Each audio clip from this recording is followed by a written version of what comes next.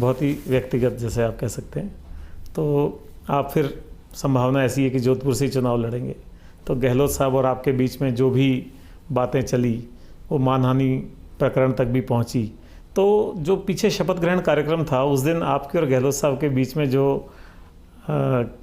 बातचीत हुई उसको देख करके लोगों को एक अंदाज़ा लगने लगा कि शायद कुछ हालात बदले हैं और शायद कोई आपस में समझौता या दोस्ती की तरफ कोई बात चल रही है।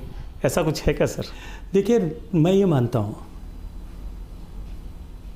कि राजनीतिक पेडेस्टल पर हम आमने सामने खड़े हो सकते हैं, लेकिन उसमें लोकतांत्रिक व्यवस्था में व्यक्तिगत वैमनस्य का गुंजाइश नहीं होती।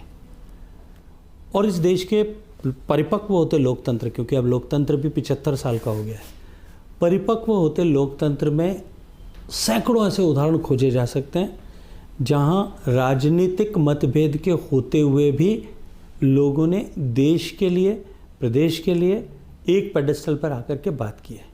हमारे व्यक्तिगत विरोध हो सकते हैं, विभेद हो सकते हैं, मतभेद हो सकते हैं उनके मन में, मेरे मन में तो नहीं है, लेकिन हार के कारण से स्वाभाविक खींच उनके मन में हो सकती है, जोधपुर को लेकर के भी और मुझे लेकर के भी, भारतीय जनता पार्टी को लेकर के, स्वयं राष्ट्रीय स्वयंसेवक संघ को लेकर के भी, जो उन्होंने अनेक बार शब्दों में इजहार की।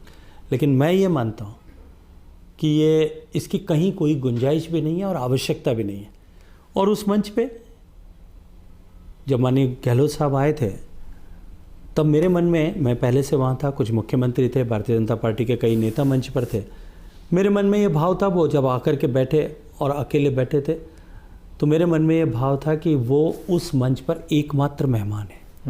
हम सब तो भारतीय जनता पार्टी परिवार के सदस्य थे, चाहे किसी भी भूमिका में होंगे, सही, कहीं भी होंगे, लेकिन उस परिवार का हिस्सा थे, वो एकमात्र मेहमान थे।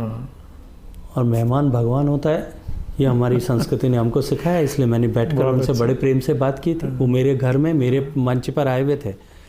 राजनीतिक रूप से हमारी दूरियां हैं, हमारी आइडियोलॉजी अलग अलग है, हमारे विषयों को देखने का नज़रिया अलग अलग है, हमारी प्राथमिकताएं अलग अलग हैं, वो हैं और रहेंगी, उनमें कहीं कोई कॉम्प्रोमाइज़ नहीं है।